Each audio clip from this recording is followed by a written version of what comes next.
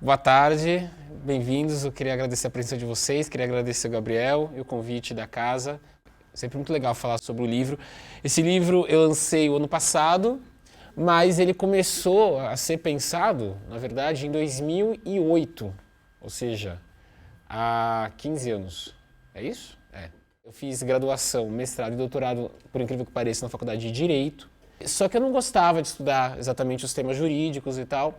Eu me interessava mais por temas mais sociológicos e tinha uma matéria que chama criminologia. E ao contrário do que muita gente pensa, criminologia não é como CSI, né? Você ir na cena do crime e ver, colher as impressões digitais na poça de sangue, não.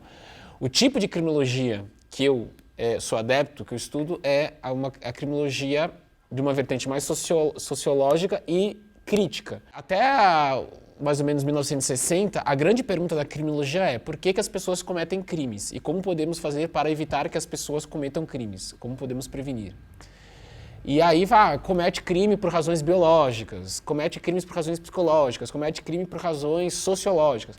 A partir da década de 60 e principalmente 70, com a criminologia crítica, a grande pergunta muda. A grande pergunta passa a ser por que algumas condutas são criminalizadas e outras não?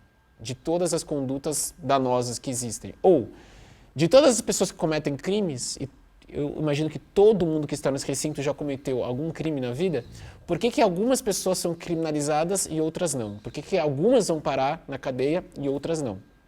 Existe uma escola da criminologia que estuda a relação entre a cultura, principalmente as culturas juvenis, e a violência. Né? Isso começa na década de 50, né, com estudiosos nos Estados Unidos estudando aquelas gangues urbanas e a relação disso com o rock and roll e tal.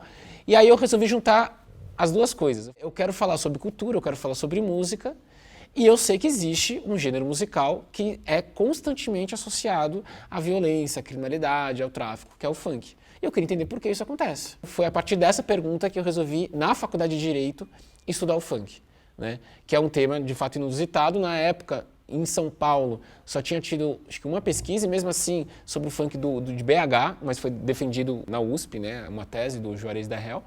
Já tinha tido vários trabalhos no Rio de Janeiro, mas São Paulo ainda não tinha, até porque, pensa que em 2008, o funk em São Paulo ainda estava engatinhando, porque o funk carioca, tal como a gente conhece, né, como foi conhecido, as pessoas consideram que nasce mais ou menos em 1989, é quando é lançado o primeiro álbum de funk cantado em português, o Funk Brasil, do DJ Malboro. Isso em 89, lá no Rio. Aí, em 95, o funk sai do Rio de Janeiro e chega na Baixada Santista. E só em 2005, mais ou menos, da Baixada Santista ele chega em Cidade Tiradentes, extremo na zona leste de São Paulo. E aí 2008, que é quando eu comecei a estudar o funk, é justamente a época que estava surgindo o funk ostentação. Porque o funk, como reflete o seu tempo, né, estava refletindo quais eram as demandas dos jovens que ouviam funk, aquele momento de otimismo econômico, né, com a ascensão da dita classe média. Na minha dissertação de mestrado, né, que eu comecei a pesquisar em 2008 e defendi em 2011, né, eu não falo nada sobre o funk de São Paulo, porque as coisas estavam acontecendo mais ou menos ao mesmo tempo. Você precisa de um mínimo de distanciamento, né, para conseguir, depois de estudar, um fenômeno que está acontecendo naquele momento. Mas, quando eu fui lançar o livro, o ano passado, eu tive realmente que fazer um trabalho de atualização muito grande. Porque se vocês quiserem ler a dissertação, está disponível no banco de teses da USP, chama A Criminalização do Funk sob a Perspectiva da Teoria Crítica. Só que o livro é muito diferente, porque de 2011 para cá, olha a quantidade de coisas que aconteceu. O funk ostentação, os rolezinhos, o assassinato de MCs na Baixada Santista, o projeto de lei que buscava criminalizar o funk assim mesmo, né? E aí eu vou ter que abrir um parênteses aqui, né? Porque quando a gente fala de criminalizar o funk, as pessoas perguntam assim, não, mas o que você quer dizer com criminalizar? No sentido técnico, criminalizar é tornar crime, e crime é o que está na lei penal, né? Geralmente, né, é uma conduta como matar alguém, roubar, traficar droga, tal, e aí tem uma pena, que pode ser uma pena de prisão, pode ser uma pena mais leve, enfim. Mas são as leis mais duras, né? Porque às vezes você pode cometer, sei lá, um ilícito civil ou um ilícito administrativo, sei lá, você tem que pagar uma multa, mas você não cometeu um crime. Sei lá, a gente fez um contrato, né, de compra e venda, eu te entreguei, sei lá, o livro e você não me pagou. Você não cometeu nenhum crime, mas você cometeu um ilícito civil. Então eu vou te processar na justiça civil e você vai ter que me pagar, talvez até uma indenização. E o que acontece com o funk? Ao contrário do que acontece nos Estados Unidos, quem pode criminalizar condutas, tornar condutas crimes? Só o Congresso Nacional. Então, as Assembleias Legislativas não podem, a Câmara dos Vereadores não podem. Então, qual foi a solução encontrada pelos parlamentos municipais e estaduais para reprimir o funk? É usar leis de direito administrativo para reprimir o funk. Ou seja, o funk não é propriamente criminalizado, mas a partir do momento, por exemplo, que tem um projeto de lei que diz que para que tenha um baile é necessário que os organizadores cumpram 46 requisitos, entre eles alvará do Corpo de Bombeiros, autorização da Polícia Militar com 30 dias de antecedência, arbitrária, porque a polícia pode autorizar ou não e não precisa nem justificar, câmeras de vigilância, detectores de metais, ambulância, blá, blá, blá, blá, blá, blá. Para quem tem uma infraestrutura, um produtor com infra e dinheiro, já é difícil cumprir. Agora imagina para o jovem que está lá, na periferia, se ele vai ter condições de cumprir com os 300 mil requisitos que a lei impõe. Aí ele não cumpre, certo? Não tem isolamento acústico, não tem nada disso. Isso legitima a polícia a chegar no meio do baile com bomba de gás lacrimogênio, com bala de borracha. Por quê? Porque aquele baile está infringindo essa lei que é administrativa, não é penal. Quer dizer, em tese, as pessoas que estão lá fazendo o baile não estão cometendo nenhum crime. Ainda assim, há formas que se encontrou para criminalizar o funk indiretamente. Como? Primeiro, existe um crime, esse sim, que chama apologia ao crime, né? Então, tem vários MCs acusados de cantar funk proibidão, que é um subgênero de funk acusado de fazer apologia às facções criminosas, exaltar as facções, exaltar os criminosos. Então, essas pessoas são presas não porque... oficialmente falando, tá, gente? Não porque elas cantam funk, mas oficialmente porque elas estão fazendo apologia ao crime, né?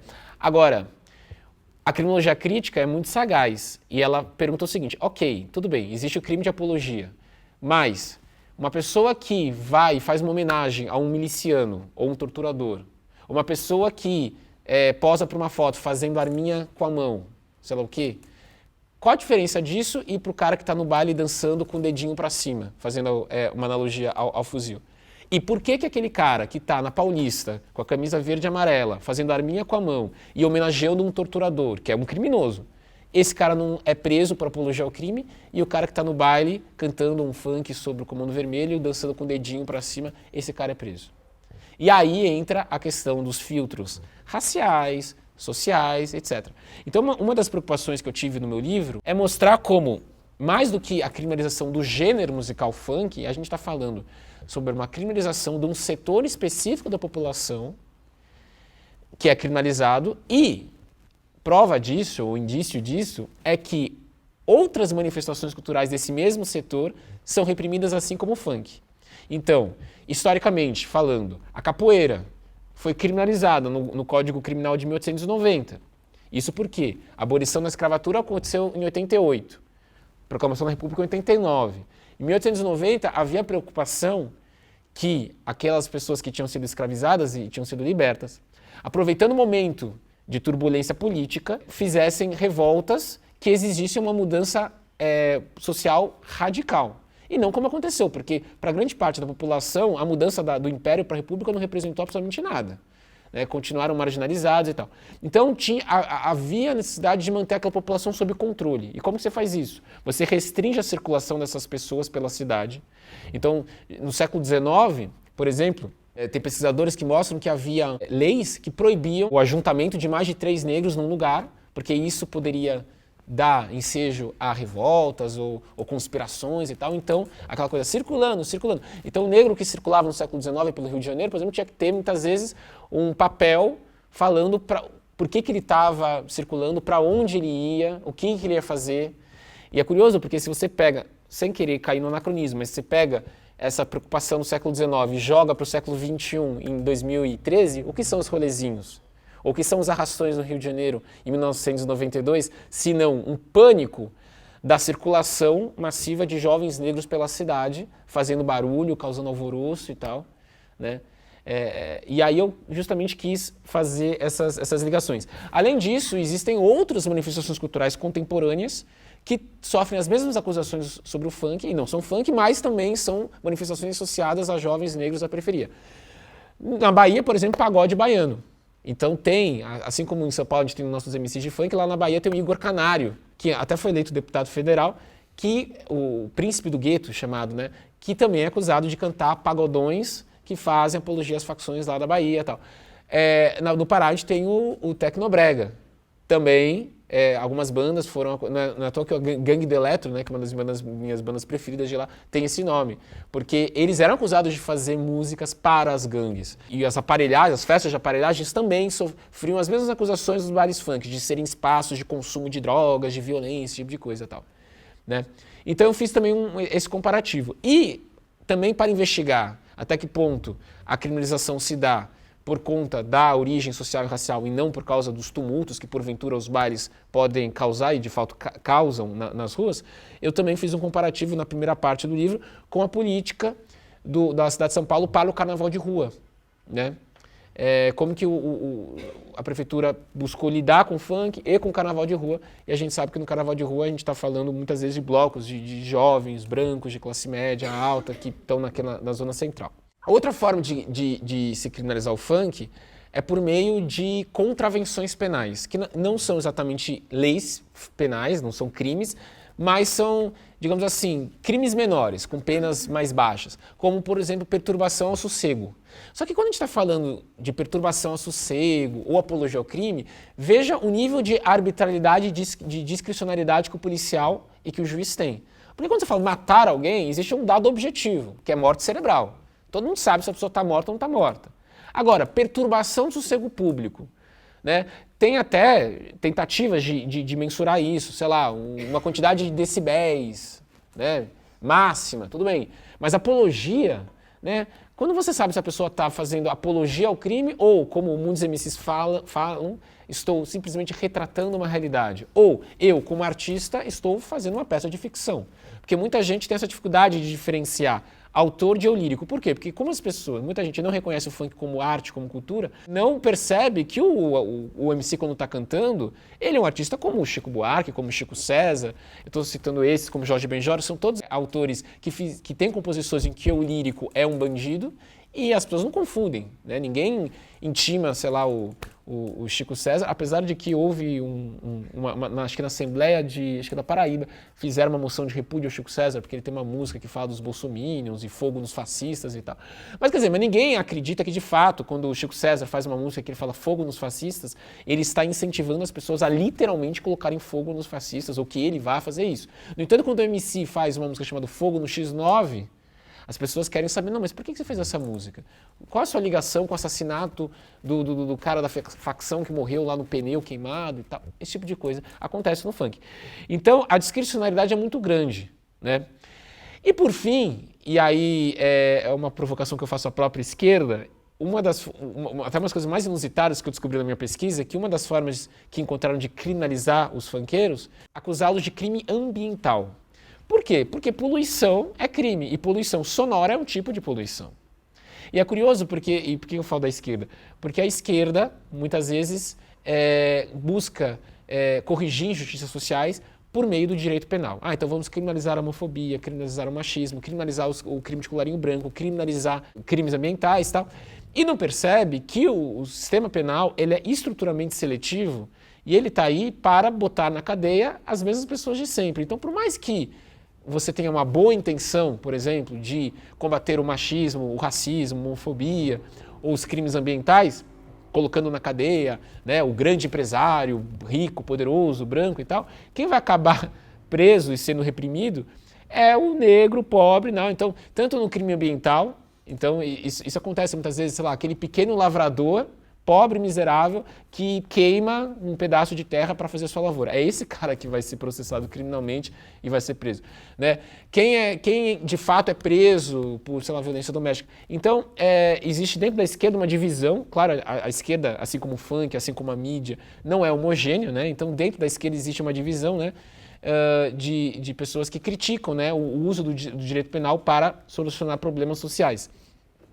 E aí tá aí um exemplo, né? Quer dizer, funkeiros sendo criminalizados, acusados de cometer crime ambiental porque estão fazendo poluição sonora na rua. Eu dividi o livro em 3 partes. A primeira parte eu falo sobre funk e espaço público. O Hermano Viana, que foi a primeira pessoa que estudou funk na academia, em 1887, fez o mestrado dele sobre o funk quando ainda nem havia direito funk carioca, porque na década de 80 o funk que se tocava no Rio de Janeiro, nos bares, era um funk muito mais próximo do soul americano, James Brown, com letras em inglês e tal. Ele escreveu a orelha do meu livro e ele fala, cuidado, um alerta, este não é um livro sobre funk, é um livro sobre o Brasil. E eu fiquei muito feliz com isso, porque de fato, eu não sou musicólogo, o Thiagson tem muito mais propriedade para falar sobre o funk mesmo e tal. O que eu falo é sobre violência, racismo, direito à cidade, liberdade de expressão. O livro é sobre isso. Eu uso o funk como fio condutor. Então, na primeira parte, quando eu falo sobre funk e espaço público, eu estou justamente questionando o que a repressão do funk nos diz sobre o espaço público na cidade, ou o direito à cidade. Por que algumas pessoas têm direito a circular e outras não? Há quem diga, o próprio Hermano fala isso, que o início do processo de criminalização do funk, criminalização no sentido amplo da palavra, tá, gente? De associação do funk com práticas criminosas, se dá em 92, quando existe um suposto arrastão numa praia do Rio de Janeiro, da Zona Sul, e que nada mais foi do que o encontro de galeras rivais da periferia que chegaram lá e começaram a brigar/brincar, porque o que acontece muitas vezes no funk é uma coisa parecida com o que acontece nos shows de música punk ou de capoeira, é um misto de dança, brincadeira, briga, tudo isso junto e misturado. Quem não conhece fica assustado, um monte de jovens negros correndo na praia, arrastão e tal. A polícia chega, reprime e tal. Então, por quê? Porque isso mostra que no Rio de Janeiro a praia não é tão democrática quanto é vendido. Então o mito da democracia racial vai para o buraco. Em São Paulo a gente tem o fenômeno dos rolezinhos em 2013. Né? Por que os jovens que frequentam os shoppings individualmente durante a semana podem ir lá, entrar e consumir, só que em grupo isso é visto como uma ameaça. Né? Aí o carnaval de rua, tudo isso, eu falo na primeira parte. A segunda parte, funk e violência, eu abordo um fenômeno que não existe mais, mas que existiu no fim da década de 90 no Rio de Janeiro, que são os bares de corredor, que eram bares organizados, que tinham como tônica justamente a briga. Mostra o quanto essa briga, na verdade, é uma válvula de escape para jovens que estão em busca de emoção, adrenalina. Né? Quer dizer, o cotidiano, né, de um jovem que tem um emprego, um subemprego precarizado, imagina, né? É terrível. Então, muitas vezes esse jovem busca, e não é, a gente não está falando só de jovens periféricos, o jovem, a diferença é que o jovem de classe alta, ele vai pular de paraquedas, ele vai andar de jet ski, né? Mas são atividades que trazem essa quebra da rotina, da emoção, da adrenalina, e o jovem, muitas vezes que não tem condições de fazer isso, aí faz o quê? Surf ferroviário, né? Que tem uma época que estava meio na moda, tá? Ou vai pro baile brigar, porque isso causa essa emoção, essa adrenalina. E aí eu falo um pouco do fenômeno dos pichadores também, porque muita gente não consegue entender, mas o que leva uma pessoa a se arriscar, subir lá no alto, quer dizer, pode cair, pode ser pego pela polícia, é justamente o risco que leva a pessoa a subir. Essa pessoa não está fugindo do perigo, ela está indo, né, procurando o perigo, porque é isso que dá emoção. E comparo com outros fenômenos, né, culturais que também são associados muito à violência. No Rio de Janeiro tem no carnaval os bate-bolas, mas também, como eu citei, tem o tecnobrega, esse tipo de coisa. E a terceira parte do livro, que acho que é a maior parte de todas, que é funk, drogas e violência, busca justamente problematizar essa associação que existe entre funk e narcotráfico. Né? Mas os bailes são financiados pelo tráfico. Mas no baile tem consumo de drogas. Mas o funk tem músicas que fazem apologia ao tráfico. Mas o funk tem músicas que fazem apologia ao sexo, inclusive com crianças e tal.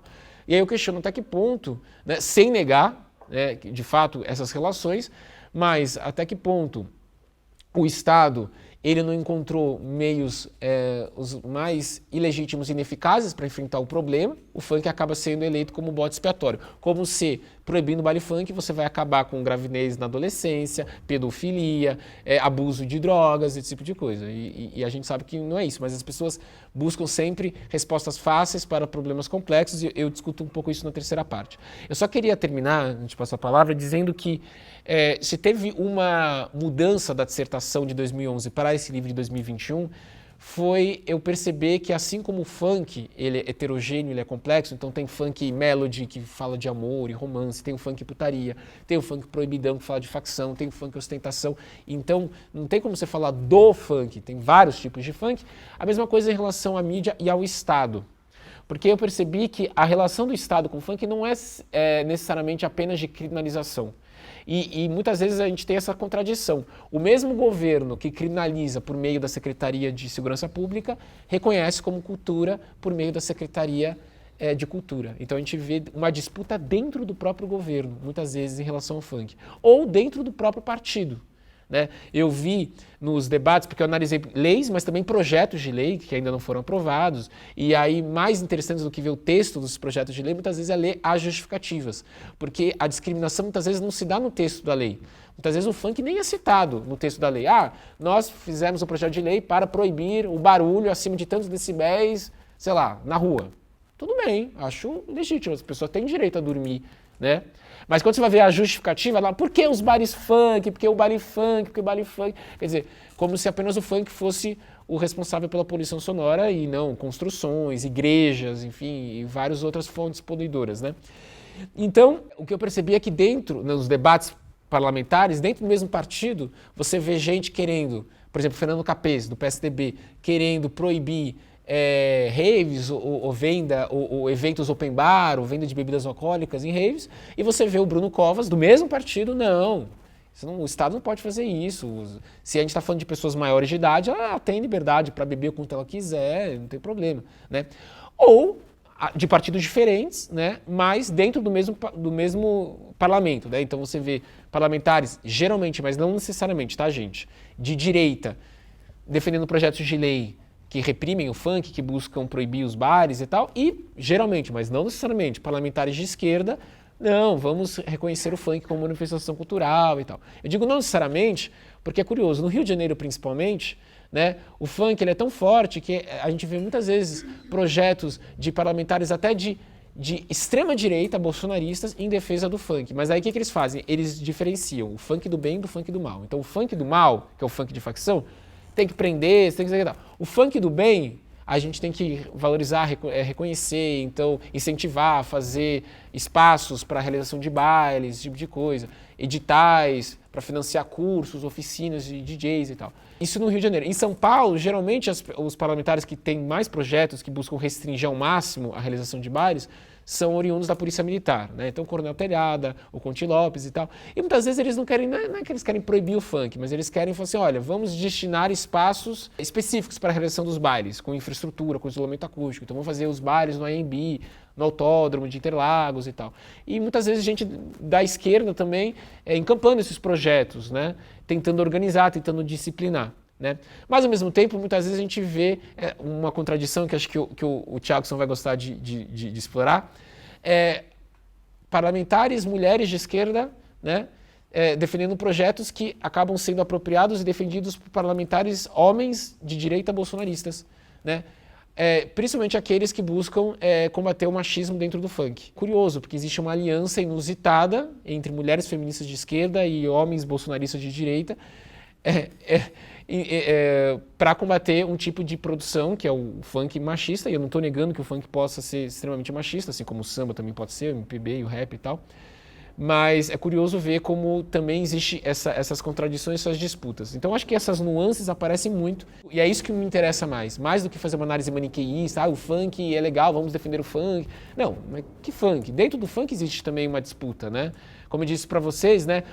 Eu conheço funkeiros que são muito críticos ao tipo de baile que é feito no meio da rua, sem qualquer tipo de infraestrutura, porque dizem que isso realmente atrapalha a vida das pessoas que moram naqueles lugares, isso queima o movimento como um todo, né? Assim como eu conheço gente dentro do funk que fala, não, eu não acho legal essa coisa de funk falando de novinha e tal, mas tem várias formas de você responder a isso. Você pode criminalizar ou você pode, como algumas MCs mulheres fazem, fazer funks em resposta a esses funks machistas, né? Enfim, eu poderia continuar falando, mas eu não quero tomar nem o tempo do Jairo no Thiagson. Só uma coisa importante que eu esqueci de falar. Eu tinha falado das formas de criminalizar o funk. Em 2017, houve, aí sim, uma tentativa de criminalizar mesmo o funk, uma ideia legislativa que surgiu no cidadão comum, mas que teve apoio de, sei lá, 20 mil pessoas no abaixo-assinado, e isso foi levado para o Senado. E nesse projeto, a ideia era criminalizar o funk, tornar o funk crime. Né? E aí a gente não está falando de fazer apologia ou de pedofilia, não. Basta você fazer um baile funk ou cantar funk, isso é crime. Obviamente isso foi arquivado, completamente inconstitucional e tal, mas só para vocês saberem que houve já uma tentativa de criminalizar no sentido mais restrito da palavra mesmo o funk. E existe um outro projeto de 2020 de um parlamentar de Minas Gerais, bolsonarista de extrema-direita, que também busca criminalizar, deputado federal, a realização de bailes sem autorização do poder público. Então, se você faz um baile no meio da rua e não tem autorização, isso por só seria considerado um crime, com pena de prisão e tudo mais. Mas esse projeto ele acabou sendo apensado a outro projeto que ainda não foi votado, enfim, nada disso foi aprovado. É isso aí, mais uma vez obrigado aí e passo a palavra então para Jackson. Eu primeiramente quero agradecer a presença de vocês aqui, um sábado ensolarado, o dia tá bonito, propenso para outras atividades, vai estar todo mundo aqui na disposição de refletir. Pô, eu gosto muito do livro do Danilo e faço propaganda porque eu acho que, como o Danilo falou, o Hermano Viana falou que não é um livro sobre funk. É um livro sobre o Brasil. E uma coisa que eu falo para as pessoas é que o meu trabalho é uma grande desculpa. Na verdade, eu não estou falando de funk, eu estou falando de outras formas de ser e existir no mundo. No fundo, o meu trabalho é desconstruir preconceitos através do funk também. Como eu sou da música, eu parto de preconceitos musicais, mas os preconceitos musicais estão baseados também em questões sociais, porque a música é um fazer social. E quer dizer, o que o funk é musicalmente é resultado da realidade material das pessoas, né? É resultado da vida política, da vida social. Então a gente não pode desvincular uma coisa da outra, é por isso que mesmo sendo músico eu falo bastante de política, porque, mano, tá tudo interligado. E eu acho que o Danilo também tem esse mérito de ter tocado nessas questões, né? O livro é um livro dedicado a Marielle, né? Interessante isso, mas também tem uma citação do Nelson Rodrigues falando que as multidões são incompreendidas, são incompreensíveis, é uma massa besta que não pensa. É um pensamento que está na universidade, né? Então é muito louco, porque se a gente parar para pensar, um dos diferenciais do meu trabalho é justamente que eu sou da área da música e falo sobre funk. E o funk é sobretudo música. Ele é resultado é um fenômeno social. Inclusive, as pessoas respeitam o funk como uma manifestação social por causa da universidade, porque já tem trabalhos nas ciências sociais há muito tempo. E o que a universidade produz impacta o mundo real, mesmo que a universidade continue em desprestígio.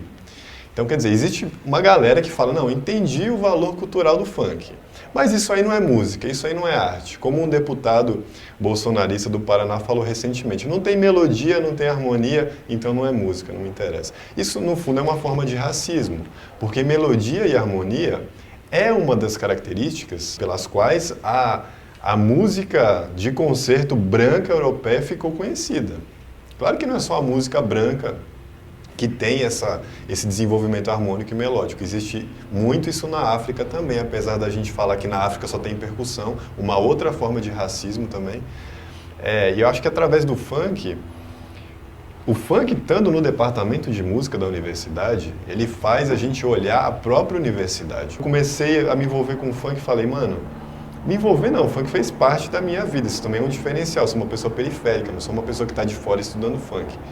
Mas assim, falei, mano, vou estudar isso porque eu acho que tem alguma coisa errada e suspeita com repetidas aulas que eu tive na faculdade, no conservatório, sobre Mozart, Beethoven, essa surra de homem branco europeu. Não tem quase nenhum trabalho na área da música falando sobre o funk. E por que não tem? Por conta, né, de uma estrutura de ensino, uma estrutura baseada em preconceitos. Também tem uma coisa muito louca que acontece na universidade. Hoje não, mas aconteceu durante muito tempo.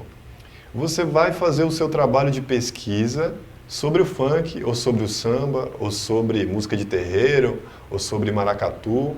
E às vezes o cara que vai aprovar se você vai receber uma bolsa para pesquisar isso, é o cara da veterinária, é um cara de outra área que vai aprovar o seu projeto de pesquisa. E esse cara, por ser de outra área, ele vai ter esses preconceitos musicais, sociais, de que a música do povo, a música dos pretos, a música da favela é uma arte menor. E não vai aprovar o seu projeto de pesquisa. Então vira um círculo, assim, né, estrutural, vicioso das pessoas não falarem sobre esse tipo de arte na universidade. Mas, além de tentar aprofundar e de tentar trazer o funk como música, enxergar o funk como arte, que é isso que o Danilo falou, isso é uma parada muito... Mano, o funk ele tem uma crueza estética e essa crueza faz parte da vida. Faz parte da vida não, da intenção estética do funk.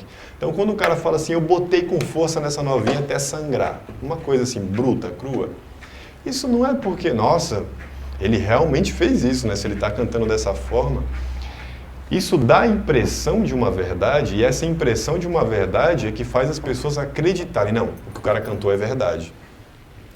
E quando a gente pega o Proibidão, por exemplo, às vezes é verdade, porque às vezes o cara fala que matou não sei quem, e quando você vai conferir ali na Folha de São Paulo, realmente matou o cara. Inclusive o Proibidão, que é um funk que fala da vida no crime, foi muito estudado pela polícia para saber o que estava acontecendo.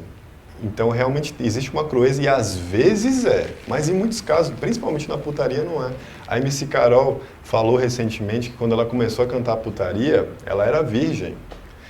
Mas as pessoas continuam achando, não, se o cara tá cantando isso, surubinha de leve, taca a bebida, depois taca a pica e abandona na rua, é verdade.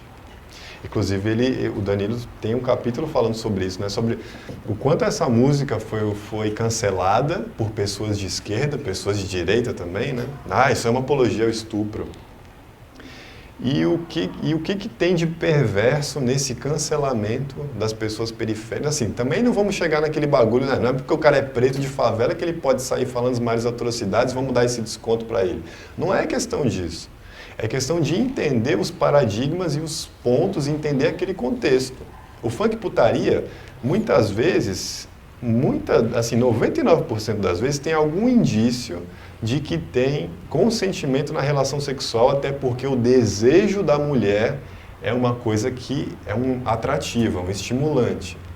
Então tem algum indício de que houve consentimento e as letras, o subgênero putaria, é onde a musicalidade se manifesta com maior intensidade. Por isso que as letras são muito curtas. Então, mano, você quer pegar uma letra que fala um monte de coisa, um soca-soca, bota-bota, que você não entende nem o que aconteceu, pra chamar de estupro? Que porra é essa, mano? É um negócio de, no fundo, descontextualizar, usar velhos consensos morais para colocar o funk no lugar do opressor e conseguir cancelar. Acho que é uma coisa que a gente vê. Isso sempre aconteceu na história do funk, acho que o livro do Danilo é bom porque mostra isso, desde o começo lá do funk, de 1989, até coisas como MC Pipoquinha, isso sempre marcou a história do funk. Não, mas as crianças, porque a gente sabe também que a infância, não existe um valor absoluto do que seja infância. A infância depende da realidade material. Será que tem infância na periferia? O moleque está vendendo bala na rua, está vendendo bala no farol. Por que essa infância que já não existe quando o moleque está vendendo bala no farol não é problematizada, mas é problematizada quando o MC Pedrinho foi proibido de cantar pelo Ministério Público, né? Um moleque, criancinha cantando como é bom fuder uma puta profissional. Aí não, aí tem algum problema. Então, junto com a realidade material das pessoas, vem um processo também de se tornar adulto. Quando a gente olha para o passado, a gente vê no século XIX, foto, na passagem do século XIX para o XX, né? Foto de criança fumando charuto, criança tomando uísque. Quer dizer, não estou falando que a gente tem que naturalizar isso, só que eu acho que a gente precisa entender tudo, acho que essa é a grande questão, entender sem julgar. Eu não sou uma pessoa que julga o funk, jamais vou fazer isso, não me interessa julgar porque o julgamento não vai adiantar em nada. Falar, isso está errado, apontar o dedo, também é uma coisa que eu aprendi na minha vida, na vivência periférica também. Pô, sair apontando o dedo? Para quê? O que você quer com isso? Acho que já existe uma perversidade, alguma coisa muito de errada que a gente tem que desconfiar quando as pessoas querem cancelar ou querem diminuir a arte, a visão de mundo. No fundo também tem essa coisa de querer diminuir a visão de mundo, de achar que o funk é uma coisa menor. E no campo da música, acho que eu tento fazer isso também, tento falar para as pessoas tento questionar, faço muita coisa, né? Questionar a universidade através da presença do funk na universidade, principalmente no departamento de música, no ensino das artes, né? Acho que o funk é uma música muito complexa, porque se a gente parar para pensar, para analisar musicalmente, o funk tem uma heterogeneidade sonora que não tem no sertanejo, por exemplo. Tem o mesmo padrão, o mesmo instrumental, né, no sertanejo, que é outro gênero que está muito na moda. Mano, o funk é embaçado, porque o funk usa sample de música clássica, usa sample de samba, usa sample de forró, quer dizer, tem as várias formas de cantar. Tem o MC Livinho todo trabalhado, estudado, que cantou na igreja, tem aquela técnica mais mainstream. Aí você tem os caras que saem gritando e cantando escrachado, MC Carol, MC Lan. É muito heterogêneo.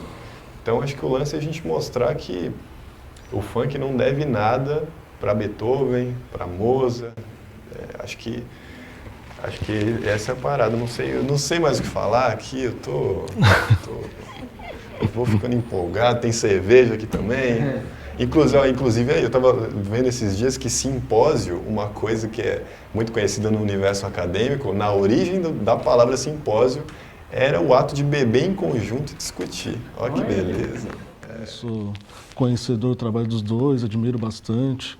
Dei uma lida no livro do Danilo, é bem interessante a forma acadêmica, como fala, de todo o movimento do funk. Eu não sou da academia, eu sou mais moleque de rua, já sou mais tão moleque assim, mas sou mais da rua, de ir pro baile, dos rolês.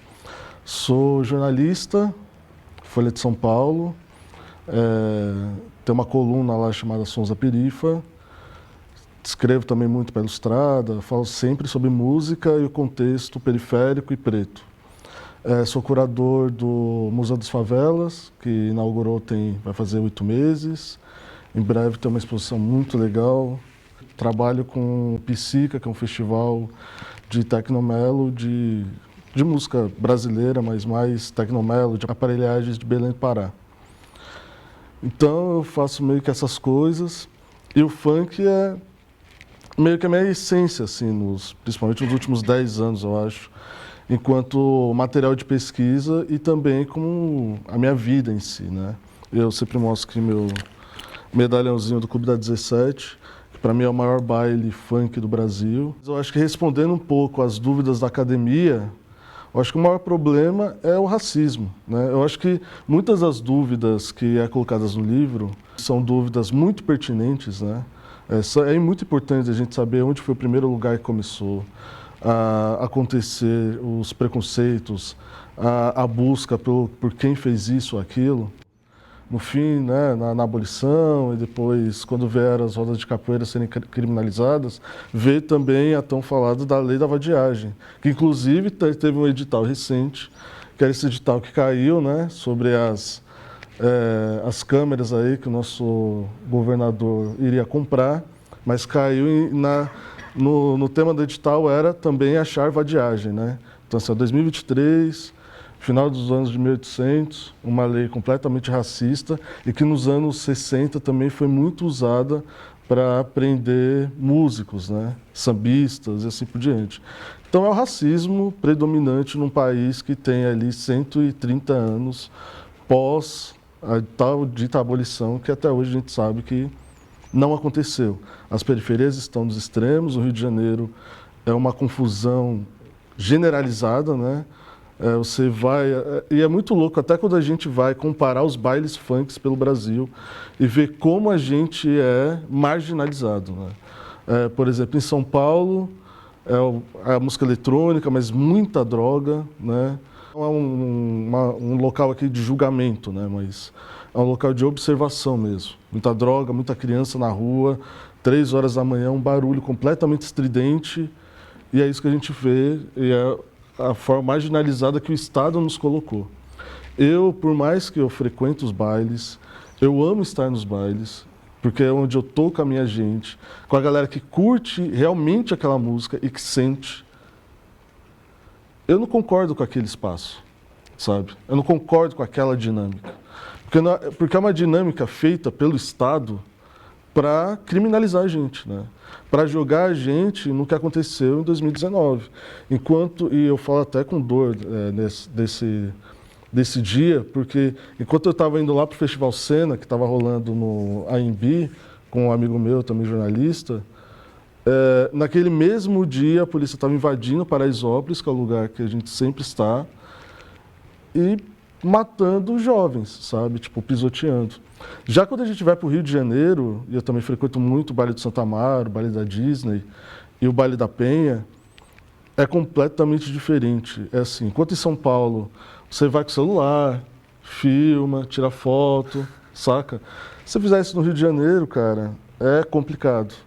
Porque assim, ó, você entra na favela e é todo mundo de fuzil. Enquanto aqui a galera tá assim, com o dedo pro alto, lá não, é fuzil. Sabe? E é tipo assim, não é num lugar romântico, não. É assim, é a forma, mais uma vez, como o Estado conseguiu deixar os marginalizados lá. E é uma forma de controle, saca? De como eles controlam ali aquela cultura, aquele movimento, aquelas pessoas, mais uma vez, saíram ali da escravidão e hoje estão lá se ferrando, né? Por tudo que deixaram a gente. Mas é isso, você vai no Rio de Janeiro, e aí tem aquele um outro lance. A última vez que eu estava no Rio, no Carnaval, me chamaram para ajudar a construir 2 bailes lá no baile de Santa Amaro. Tinha um artista lá internacional que queria cantar no baile de Santa Amaro. E a gente assim...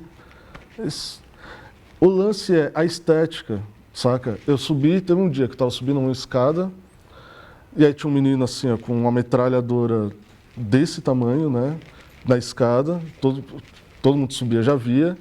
E tinha uns 3 franceses que foi ver o Daniel Caesar, né, que estava no Rio, que a gente foi montar o palco para ele, lá dentro da favela. Os caras lá conversando, tirando foto, assim. Olha a estética, né, que eles viram um produto, né? Viram um produto. Toda essa marginalização extrema é um produto para o Estado também de venda de cultura periférica ali. Em Belém do Pará, em São Luís também, que é um lugar que também eu frequento bastante, em Belém já é uma outra parada, sabe? É também marginalizado tão quanto tudo isso. A academia chama o Tecnomelody de barulho, né? As pessoas não entendem também como música, acham que aquilo lá é só barulho. E a periferia é muito parecida com a periferia de São Paulo. Um consumo de droga, assim, periferia não, os bailes de aparelhagem, né? É muito parecido com São Paulo. Jogado aos extremos, um som muito alto ali, enfim, sem infraestrutura nenhuma. Então eu acho que é interessante a gente estudar, estar junto desses movimentos enquanto pesquisa. A gente consegue entender o momento da sociedade que estamos. Quando a gente vai aos extremos e vemos como a população é gigantesca nesses lugares e como os bailes são gigantes. Por exemplo, tem um baile do Pantanal que é amanhã, que começa à meia-noite e vai até 5 da manhã de segunda. E assim, é um dos bailes mais cheios de São Paulo. E um dos mais altos, assim. É muito, muito cheio. E quando a gente começa a entender, e sem também romantizar tanto os extremos, assim, né, da marginalização das situações das pessoas, a gente consegue propor soluções, não é? Eu lembro quando o Boulos veio, e é uma dessas até iniciativas que você citou, de construir lugares, né, para se ter os bailes. Teve assim, a galera na periferia, né, principalmente o baile da 17, que é o que a gente mais trabalha junto, né? Mas vai tirar daqui, mas e o comércio? O baile também fomenta, né, os comércios daqui. Sim, fomenta também os comércios daqui, mas eu acho que precisa ter uma educação também, sabe? Do poder público, da academia, e pensar enquanto uma horizontalidade, sabe? E não superioridade, estamos falando uma coisa e as pessoas têm que cumprir aquilo. Não, mas uma horizontalidade de como nós podemos melhorar aqui a situação. Como, por exemplo, num baile, se uma menina, um menino, menor de idade, tiver uma overdose ali no meio, e aí? O Estado tem que ajudar de alguma forma, sabe? Tipo, no Brasil, a saúde é pública. Então, saca, se está rolando um rolê que a gente pode chamar assim, dos playboys, em qualquer outro lugar, vai ter uma ambulância. Então, eu acho que falta, sabe, um real interesse público e falta sim um real interesse da academia em querer entender e realmente ajudar esse movimento. Tem até uma pesquisa que eu até peguei uma colinha aqui, fui participar de uma mesa parecida com essa no UNAS, que fica em Heliópolis. E é uma organização muito legal, feita por jovens, assim, galera muito jovenzinha mesmo, assim, 13, 14, 15 anos. E eles fizeram uma pesquisa junto com o Lab Jaca, que é uma galera parceira também do Jacarezinho, uma pesquisa falando assim, tentando entender como que são os frequentadores do baile funk, o que eles consomem, o que eles querem, o que eles estão procurando, né? E o que eu mais achei interessante é que, por exemplo, quando a gente fala assim, citaram muito sobre músicas que falam sobre apologia a drogas e também, principalmente, sobre sexo, né? As músicas falam muito, bota, não sei o quê. Mas, principal motivações para ir ao baile. Vai para dançar, em primeiro lugar, vai para beber, em segundo, vai para encontrar amigos, em terceiro, e, em último, vai para paquerar. Então, geralmente, o jovem só está querendo ir para curtir, saca? Tem aquele NGB News, né? É NGB News o nome? NGB News, Cara, esses caras estão estourados, é um cara de mídia que vai nos bailes do Rio e fica entrevistando a galera. E aí, tipo assim, muita gente fica falando coisa de zoeira para aparecer, né? Mas muita gente também fala, só vim curtir. Minha mulher tá em casa. Eu só vim curtir, não, meu marido tá em casa. Estou aqui curtindo, vim dançar. Então, quando a grande academia, assim, tipo essa galera que não entende o funk enquanto cultura, né? Eles pensam assim as músicas e tudo mais, e entendem esse local, né? De que as pessoas vão para os bailes para ouvir. Se foi para o baile, foi para pegar mina, foi para usar droga, não sei o quê. Eles precisam estar mais próximos dessa galera que realmente estão fazendo a pesquisa lá dentro, saca? Precisa ter essa proximidade, esse aceite, entendeu? E também com a orelha mais baixa. Uma das coisas que a galera da UNAS falou muito e fala muito contra a academia é de que a galera chega lá sempre com uma prepotência e querendo, por assim dizer, refazer a metodologia que eles usam, né, durante as pesquisas nos bailes, as pesquisas que eles produzem. E aí a gente causa um distanciamento muito grande, sabe? Porque a academia tem muito valor, né? Enquanto estudo, enquanto uso de metodologia, de pesquisa, assim por diante, que pode ajudar a molecada da quebrada, né? A entender, a estudar e também entrar nesse nicho, né? De dados, enfim, da sua periferia. Mas fica esse distanciamento muito grande, né? Eu fui até meio hostilizado em alguns momentos, porque a galera fala, vem jornalista aqui, e aí não entende também as pesquisas que a gente fez, e aí quer refazer e tudo mais. Eu acho que falta a gente saber se comunicar também com essa galera. Eu acho muito interessante ter um material de pesquisa que a gente possa ler, possa entender, possa ter ali guardado também em casa e para a prosperidade. O funk, ele é esse monstro. O jeito que ele é em São Paulo é muito diferente do que é do Rio, é muito diferente do que é em Minas, que é muito diferente do que é em outros lugares do Brasil, principalmente Recife, com o brega funk. Então, vale sempre ter uma continuidade de pesquisa, e é fazendo pesquisa que a gente dissemina muito mais o funk enquanto cultura, dissemina muito mais o funk enquanto um movimento social. Eu sempre gosto de dizer que o funk é o maior movimento cultural do mundo. Assim, o Brasil inteiro curte e é um movimento real.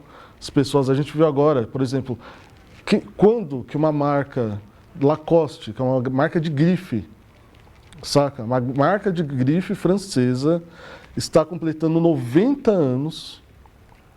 Aí ela faz a campanha, as comunidades de Lacoste pelo mundo. Aí pegar os ricos lá do Japão, né? Comunidade japonesa, comunidade inglesa, a própria comunidade francesa. Todo mundo dá isso, mas a única comunidade que tem impacto na marca no Brasil é o funk de São Paulo, que é os molequinhos magrinhos, de molezinho, com aquela bermuda até a canela, e que muita gente acha que é bandido. Só que a Lacoste entendeu enquanto cultura. E aconteceu, infelizmente já acabou, né? A campanha lá na Casa Lalá. Mas quando a gente foi lá, e aí viu os nossos lá, e os franceses lá, os herdeiros lá, também no meio, e os moleques do guarda-chuva, que tem esse outro lance. A Lacoste não tinha guarda-chuva no Brasil. Eles começaram a fazer o guarda-chuva no Brasil por causa do baile funk do Brasil. Sacou? Então, tipo, a gente chegou lá, e aí viu os moleques, tudo magrelo, tudo lá na campanha da Lacoste. E aí o Rariel falando assim, a Júlia perguntou pra ele, mas e aí? Quando foi a primeira vez que você entendeu que a Lacoste era uma parada do funk ostentação, para que você queria ter? Ele falou assim, e ele lá, ó, galera da agência Lema, lá, galera dos patrocinadores, tudo. Lacoste, o Rariel falou assim, pô, foi quando eu vi os caras do crime usando Lacoste, eu comecei a querer usar, entendeu? Então tipo, eu acho importante falar desse case da Lacoste, porque foi, eu acho que a primeira vez que alguém realmente entendeu o rolê. Rolou várias, enfim, teve todo um contexto para até chegar nesse ponto, né? Mas realmente alguém entendeu e assumiu, saca? E aí eu acho que todos esses entendimentos, né? Pesquisa, conversas, meditações que a gente vai fazer posteriormente sobre todos esses assuntos, tem que acabar nesse lugar, entende? De que é a cultura e que precisamos de espaço para fazer essas coisas, entendeu? A Casa Lalá foi um espaço que deram na Vila Mariana para os funkeiros de São Paulo. Um espaço de luxo para a gente, sacou? Então, esse momento foi um momento histórico para a gente. E é quando o poder público vai entender o movimento dessa forma, entendeu? Nos dando realmente espaço. Por exemplo, fazendo o Museu das Favelas, uma das preocupações que a galera tem, né, por exemplo, no movimento do Passinho, é que eles não podem fazer o movimento deles em qualquer lugar. Por exemplo, no próprio Vila Lobos, aqui perto, assim, é um parque Vila Lobos. Se eu for lá com uma galera do K-pop, não dá nada. Se eu for com a galera do Passinho, o segurança expulsa. Mas por quê? E aí a gente volta lá para o início que eu estava falando as coisas, que é o racismo, entendeu? Teve um dia que eu estava entrevistando o Carlinhos Brau e ele falou, ele entende o funk como o candomblé eletronizado. E é isso, cara. É tipo, é a galera preta indo curtir. E quando eu falo a galera preta, não é só a galera preta retinta de pele, mas é a galera da quebrada mesmo ali, que foi marginalizada e foi jogada aos extremos por conta do próprio racismo, da própria forma como se deu a abolição, que deu dinheiro para os escravocratas e, enfim, tudo isso que vocês já sabem. Então, eu acho que respondendo todas as perguntas do porquê de tudo isso e por que o poder público não está nem aí, é o racismo estrutural brasileiro. E quando a gente vai solucionar tudo isso? Quando a gente não acabar, porque eu acho que isso aí não acaba, né? Racismo, igual o Negão da BL fala muito, racismo ele nunca vai acabar. Eu particularmente acho que ele nunca vai acabar. Mas como remediar, né? Como dando remédio a tudo isso, né? Como remediar essas situações. É isso que estudos como esse se apresentam para tentar solucionar esses problemas. E eu acho que é um pouco isso. Tem gente dentro do funk, assim como tem gente no carnaval de rua, blocos, que se recusam a dialogar com o Estado, porque tem uma postura, eu não sei se eu estaria exagerando se eu chamasse de anarquista, mas acham que, assim como o carnaval, o funk é o espaço da transgressão e que, portanto, não estão dispostas a ceder. E aí, quando a gente vive numa comunidade, muitas vezes cada um tem que ceder um pouquinho para conciliar interesses que são igualmente legítimos. Então, aquela pessoa que mora na periferia tem direito a uma noite de sono tranquila, e assim como o jovem tem direito a se divertir. Então, como que a gente faz? Né? Um vai ter que ceder um pouquinho e tal. E a minha pergunta é a seguinte, no caso do carnaval de rua, eu sei que tinha blocos que falavam assim, não, eu não quero informar para a Secretaria de Cultura qual é o trajeto que o meu bloco vai fazer, eu não quero ter essa obrigação de seguir o trajeto que a prefeitura está dando para o meu bloco, eu não quero... Enfim, uma postura até um pouco mimada, na minha opinião, assim, né? Quer dizer, eu faço o que eu quero, do jeito que eu quero, e a prefeitura não tem nada a ver com isso, e a prefeitura muitas vezes queria saber justamente para saber que rua tem que ser interditada, onde botar banheiro químico, esse tipo de coisa e tal.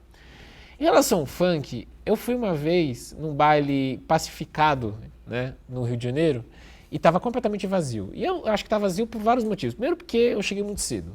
Segundo, porque acho que era 1º de janeiro, né? Então as pessoas ainda estavam, né? Mas eu desconfio que estava vazio também, porque o baile ficava numa quadra, na ladeira dos Tabajaras, do lado da base da UPP, e tinham 2 policiais militares fardados que ficavam caminhando, assim, lá. E eu sei que nesses bailes pacificados tinha um acordo, que é, ok, vamos fazer o baile, mas ele tem que terminar a determinado horário, e não pode tocar música que fale de facção, ou que fale de palavrão, ou que tenha palavrão, esse tipo de coisa e tal. Ah, outra, não pode ter consumo de bebida alcoólica por menores de idade, que é uma lei geral, não é uma coisa que afeta só jovens da periferia. Supostamente nenhum jovem abaixo de 18 anos pode beber, né? E aí eu fico pensando aí do lado do jovem. Falou, pô, tudo bem. Só que é o seguinte, eu sou um jovem de, sei lá, 14 anos, né? E aí o poder público tá me oferecendo um baile. Só que assim, eu vou ter que ir embora meia-noite. E eu não vou, no meu sábado à noite, dormir meia-noite. Depois eu posso até ir no baile, mas depois eu vou procurar outra coisa para fazer. Outra, não vai ter bebida nesse baile, né? Então, assim, até que ponto isso não vai se tornar o baile chato para muita gente, né? Então eu pergunto para você, diante desse quadro, que é bastante complexo, né, e eu entendo que você também acha que o Estado ele tem que ocupar esse espaço de árbitro e oferecer alternativas, você falou assim da importância de educar. E eu fico sempre com o pé atrás e eu não sei exatamente como lidar com isso, porque eu entendo, do lado do gestor, a dificuldade de você convencer o jovem, venha para o nosso baile, né, que a gente te garante segurança, isolamento acústico e tal, mas vai ter que ir embora meia-noite, não vai poder beber, blá, blá, blá, blá, blá. Como lidar com essa situação? Vamos lá. Eu acho que é o seguinte, né? Tudo um achômetro, né? Mas é o seguinte. Por que o baile, por exemplo, Paraisópolis hoje, quem quiser ir pro baile, inclusive, vamos aí. Paraisópolis hoje tem 4 bailes. Tipo assim, é muito grande. E, por exemplo, o baile da 17 é o baile do Bega, que é gigante.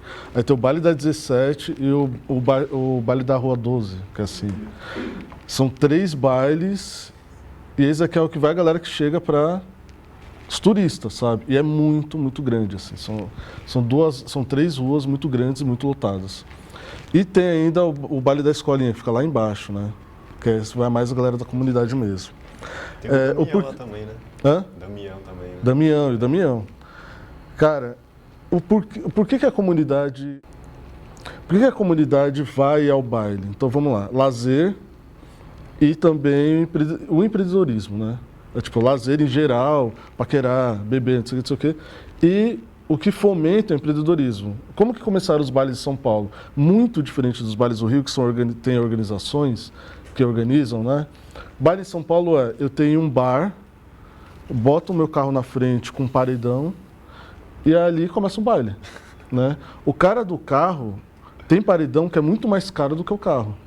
Saca? Então, o cara do bar vai dar uma porcentagem da grana que ele vender naquela noite, né? Às vezes um valor fechado, às vezes uma porcentagem, porque são amigos. Então, ali existe uma movimentação de grana ali, saca? O baile só existe mesmo por causa disso, né? Os bailes de São Paulo em geral, hoje em dia. O baile da 17, por exemplo, começou com samba. Era um samba, aí tipo, por que era 17? Porque tinha um cara que ele vendia uma caipirinha que era o 17, então a gente ia pro samba do 17. Depois o samba, começava funk, que começou aquela época dos carros tonados, e a galera gastando com som, e aí começava o funk, aí foi isso, os bares alugando os carros para colocar nisso. O poder público, quando ele vem e dá a opção de um espaço, né, ele também tem que vir com real interesse, né? Foi isso que eu estava tentando exemplificar. Qual é o real interesse do poder público enquanto essas manifestações culturais? É só dar o espaço? Por que não acionar articuladores culturais, né, e falar, por exemplo, Raul, que é da 17, dono de alguns bares da 17. Raul, a gente está conversando, vamos tentar fazer um empreendimento aqui, nesse lugar, e vamos tentar educar a galera, e você vai ter um espaço, a gente vai te dar infraestrutura para vender suas bebidas, vai pagar o carro de som, para vocês, vai ter um real incentivo do governo e vai ter uma continuidade aqui e a gente, nesse projeto, a gente vai conseguir, pelo menos nesses 4 anos, que eu vou estar no mandato, fazer tudo isso. Você realmente acha que, tipo, que não vai ter uma adesão, pelo menos aos poucos, da comunidade? Quando você vê a própria galera da comunidade ganhando dinheiro, trabalhando nesses lugares e também indo celebrar? Saca? E também ter um real entendimento de como funciona, né, os horários e por que, por exemplo, alguns eventos no centro, mesmo públicos, viram à noite, né, na comunidade não poderia ser assim. Os bailes no Rio, ele tem a diferença que, por exemplo, mesmo que são altos, assim, baile em São Paulo é na rua, é tipo assim, na frente da casa das pessoas. Isso é um grande problema. Assim, as pessoas, elas, por exemplo, na 17, hoje, a galera já foi dormir para casa de parentes esses horários, sabe? Ninguém tá mais ali. Tá lá quem vai trabalhar no baile, entendeu? E aí a galera volta no domingo à noite e agora tá tendo baile de domingo também. O baile lá é quinta, sexta, sábado e domingo, entendeu?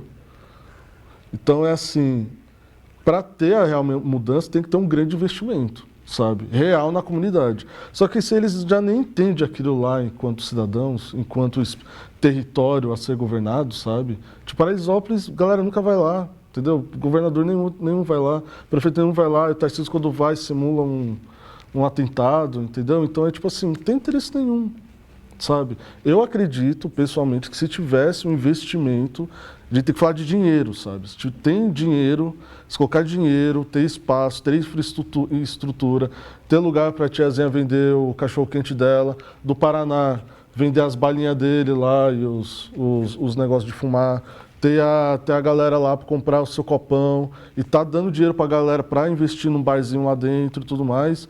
Eu duvido que a comunidade em geral, principalmente as associações comunitárias, não vai fazer um intensivão para ocupar esse lugar, sabe? E tirar desses outros lugares. O funk é mal visto, como o rap já foi um dia. Se você quer realmente fazer o movimento, você tem que entrar lá, conhecer as pessoas, conhecer as organizações, as ONGs, tudo, todas as pessoas que estão no movimento, para ir realmente você fazer alguma coisa em parceria. Você tem que ver aquela pessoa como um igual. Eu entendo hoje, você falando sobre cancelamento, Thiago, eu entendo que hoje é uma ferramenta que ela tenta trazer o debate e não consegue, muitas vezes. Uma coisa que é muito interessante ver é como outros conflitos que não raciais sociais aparecem, por exemplo, etários ou de moralidade religiosa. Então, por exemplo, nos rolezinhos não aconteciam no shopping Cidade Jardim, shopping Iguatemi, shopping Higienópolis. Aconteciam em shoppings periféricos e são pessoas que lá frequentavam que também se incomodavam com aquilo. E a gente não está falando, portanto, de gente rica, sei lá o que e tal. E a mesma coisa em relação ao que você falou, a pessoa que tem que sair de casa para conseguir dormir. Ou aquela pessoa que, por exemplo, é evangélica e fica chocado ao ver jovens usando drogas ou ouvindo músicas que falam sobre sexo. Então, nem todos os conflitos são raciais e sociais. Claro que há muito, mas isso não explica tudo. E sobre o que você falou sobre o rap ser mais respeitado, eu só queria fazer um pequeno comentário. Isso eu acho que tem muito a ver também com o fato de que o rap ter conseguido construir, inclusive dentro da academia, que legitima, né, como o Thiagson falou, mediadores culturais, que veem valor no rap justamente pelo rap ter um discurso politizado, de esquerda, consciente. O funk, ele sempre foi jogado, né, com um estigma de o gênero hedonista, né? Então, enquanto o rap é uma coisa séria, politizada, rica, sabe, e tal, o funk é pura diversão, putaria, né? Então, a própria intelectualidade, a própria esquerda, durante muito tempo teve rejeição ao funk por causa disso. Isso começou a mudar no Rio, por exemplo, com a APA Funk, né, que é a Associação dos Profissionais Amigos do Funk. Mas não é à toa que esses caras, eles se aproximam da academia e de partidos de esquerda, principalmente o PSOL, com um discurso que associa o funk à favela, né, como o gênero que fala sobre a favela, e muito batendo nessa coisa do funk de raiz, né?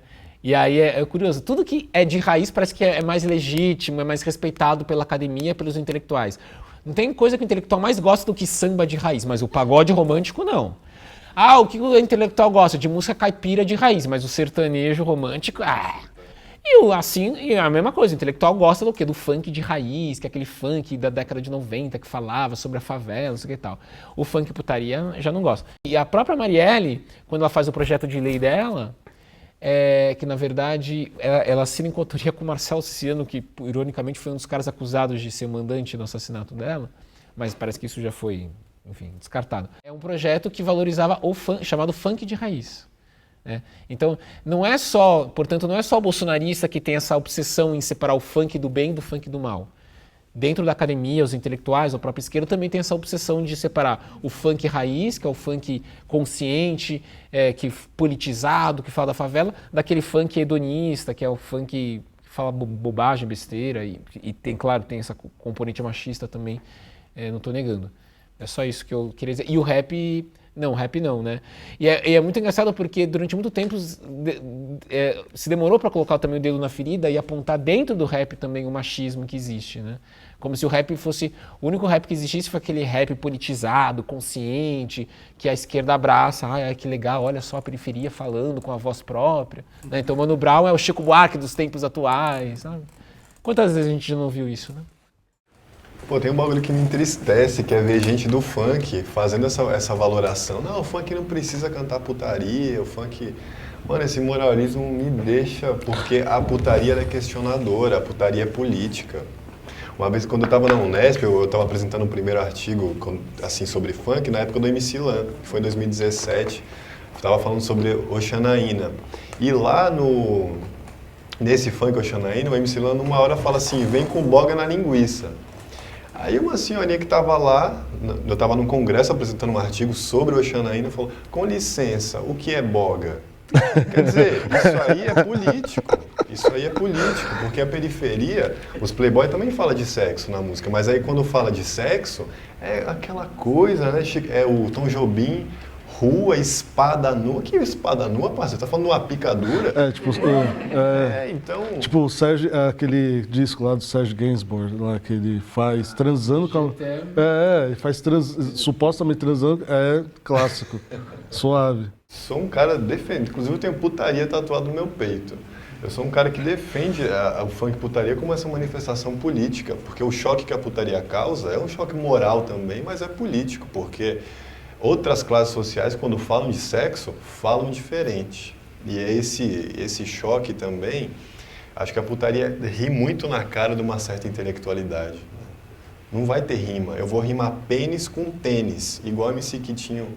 Né, não é uma rima muito rara, não é uma rima muito toante, é uma rima bruta, assim, pênis e tênis. E a putaria também é heterogênea, porque assim, a gente tem que ver, porque tem a putaria daquele cara falando o que ele vai fazer com a mulher, e tem muitas coisas que o Thiago só falou de contar vantagem, às vezes o cara não vai fazer nada, mas ele fala que eu faço isso, eu tenho 46 centímetros de pica, sei lá o que, e meto 7 sem tirar, tá? Tudo contar vantagem. Assim como gente que não tem relação nenhuma com crime e fala, não, porque eu sou da facção e tal. É heterogênea porque tem esse cara, mas também tem a putaria cantada por mulheres, que é outra coisa. Inclusive tem um livro chamado Cai de Boca. No meu bucetão. É um livro muito bom, que fala sobre essa relação de poder falar, das mulheres poder ter lugar de fala de sexo e sexo explícito, ou poder falar isso sem ser... Mas mesmo esse tipo de funk que é cantado por mulheres putaria, também existe uma divisão dentro do feminismo. Porque tem feministas que falam, esse é o novo feminismo, a mulher falando o que ela gosta de fazer na cama, e tem setores mais, digamos assim, ortodoxos do feminismo, que falam, não, ela só está reforçando a associação da mulher com o sexo e ela está se objetificando. É uma loucura, né? E também você mostra no livro, né, que tem funks, né, que é a mulher cantando, meio que se empoderando, só que a letra foi escrita por homem, né? O bagulho é muito complexo. Porque a gente vive numa sociedade capitalista, o mercado se apropria de tudo. Então tem MCs que falam, olha, eu nem gostaria de cantar funk putaria, mas a única coisa que o mercado me permite cantar, e essa é a crítica de algumas feministas, ela não está cantando porque ela quer, ela está cantando porque é o lugar que destinaram para ela. A MC mulher só pode cantar putaria. Ela quer cantar outras coisas? Não. Então ela é obrigada a cantar putaria, mesmo ela não querendo. E muitas vezes essas músicas são escritas, inclusive, por homens, né? Que sabem o que vende, o que não vende. Enfim, contradições que transcendem a questão do funk, né? Eu vejo tudo isso com bons olhos, sabe? Tipo, a gente invadindo outros lugares. Por exemplo, a galera da 17 lá, que a gente tem feito as coisas juntos. Tem a produtora também da 17. E tem o... Agora não vou me recordar qual a música, mas tem uma música estourada que mandou uns moleques para fazer show no Japão, sabe? Então cara, é muito louco. Ao mesmo tempo que são hits únicos, são coisas que também mostram qual é o novo Brasil. E além de tudo isso, é interessante quando são ritmos e músicas assumidamente funk.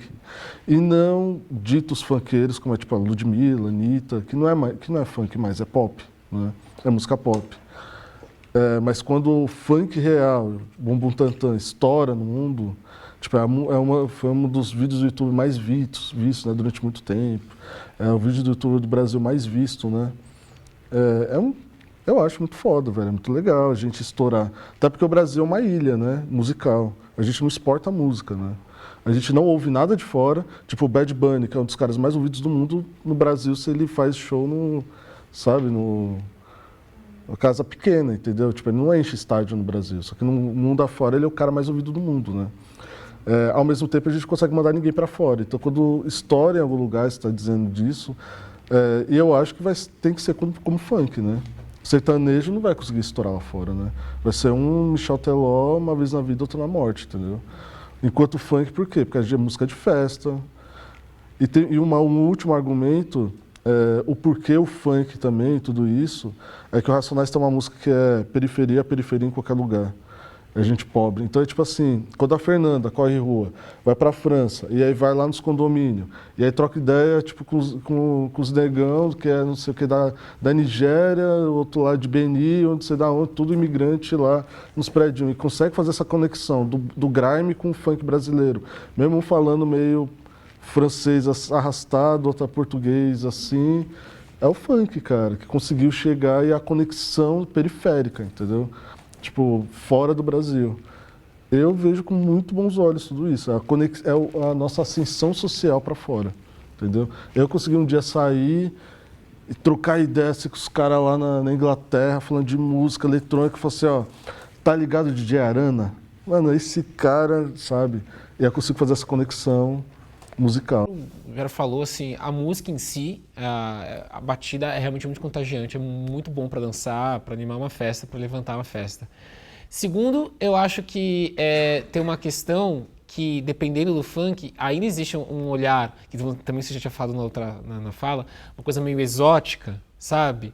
Que aí eu já não acho tão legal, né? Quando as pessoas falam, é a música da favela, as pessoas glamorizam, né? Então,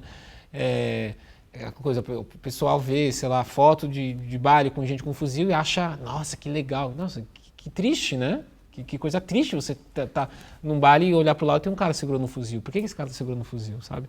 Então tem um pouco essa coisa da estetizar, assim como Cidade de Deus aconteceu com o filme, né? Que foi muito criticado, Cidade de Deus, por causa disso, né? De glamorizar a violência, de estetizar a violência, tem um pouco disso também. Acho que tem uma terceira coisa que eu acho mais interessante,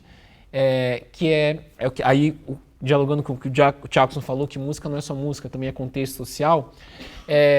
Um primo meu suíço, eu me lembro, há algum tempo esteve aqui no Brasil, e na época, faz muito tempo, eu levei ele numa loja de CD, no centro, na época que as pessoas ainda compravam CD e tal.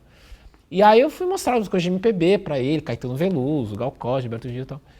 E o que ele mais gostou foi quando começou a tocar na loja Banda Calypso. Ele não sabe que Banda Calypso no Brasil está associada a um tipo de público, que é um público considerado pobre, com baixa escolaridade, babá, e que, portanto, é mal visto, né? Algo como, né?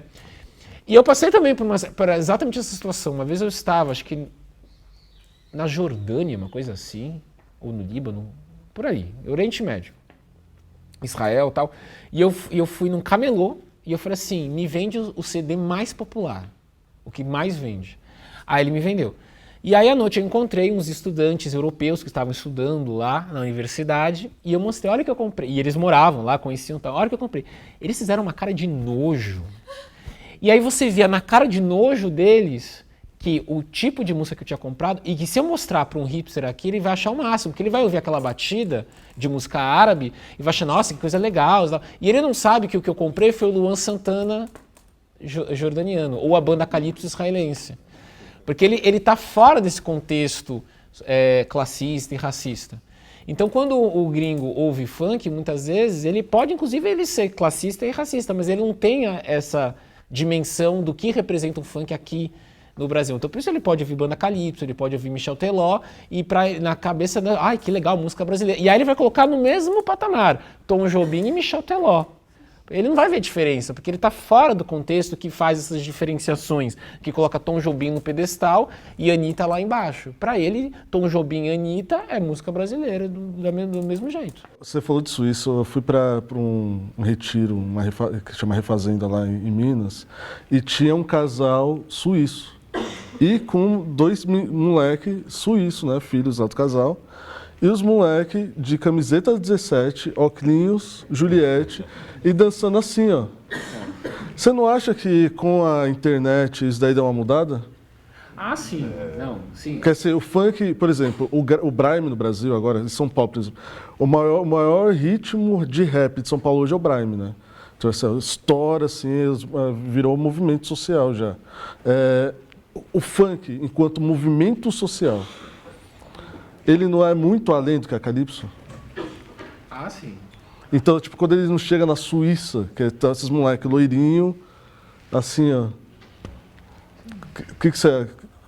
Você não acha que tem eles não são afetados muito mais pelo visual e estético? Claro. E até porque o funk dialoga com outros gêneros, o próprio gangster rap, né? Você vê os clipes de funk ostentação, isso eu já via nos clipes de gangster rap, então não é uma coisa completamente nova, é diferente. As pessoas acham essas pontes. Então quando o suíço, ele tá lá dançando daquele jeito, com o negócio, com o dedinho na mão, é funk também, mas ele tá dialogando, na minha opinião, com outros gêneros, como o próprio rap americano. Nesse sentido, a banda Calypso não consegue o mesmo grau de inserção. Quer dizer, o que eu quero dizer é o seguinte, o funk não está isolado nisso. O funk vem dentro de um pacote muito maior, em que vários gêneros considerados periféricos e negros conseguem inserção dentro desses lugares. É assim que eu vejo. Eu não acho que o funk está isolado aí, não. A Anitta não teria a força que teria se a música negra, eletrônica, periférica de outros lugares do mundo também não estivesse entrando junto. Quer dizer, um acaba meio que fortalecendo, abrindo espaço para o outro. Por que são essas músicas que têm grande impacto social? Pode ser porque talvez tem mais pobre no mundo, então essa música vai dialogar. Mas eu acho que quando a gente está numa realidade material precarizada, a gente acaba acionando outros modos de vida, um modo trágico, um modo de você se entregar. A relação com a vida e com a morte na periferia é outra parada.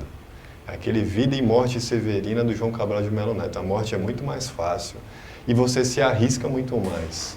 Você anda de moto sem capacete, você fode sem camisinha, é várias paradas. Você usa droga pesada que pode chegar a morrer de overdose. Só que ao mesmo tempo, vem uma coisa, uma experiência musical, uma hipótese minha, né? que faz com que, mano, o samba foi assim, o jazz foi assim, capoeira foi assim, tudo aquilo que é de uma camada social precarizada faz mais sucesso, tem mais impacto social. E aí acho que a gente está falando no fundo disso. E o funk vai se legitimar, mas se a realidade não mudar vai vir outra parada. Acho que tem muita essa rebeldia Eu lembrei até, falando nisso, né? Não sei nem se eu vou conseguir linkar da maneira que eu quero, mas acho que a periferia tem muito uma parada que eu vi num cartaz, acho que em Diadema uma quebrada fez isso, uma frase: vai viver ou tá com dó? Acho que quem tem uma realidade precarizada, uma realidade material com mais grana, fica um pouco covarde também de ter uma outra relação com a vida. Acho que quem não tem muito a perder acaba vivendo muito mais. Valeu, Kim.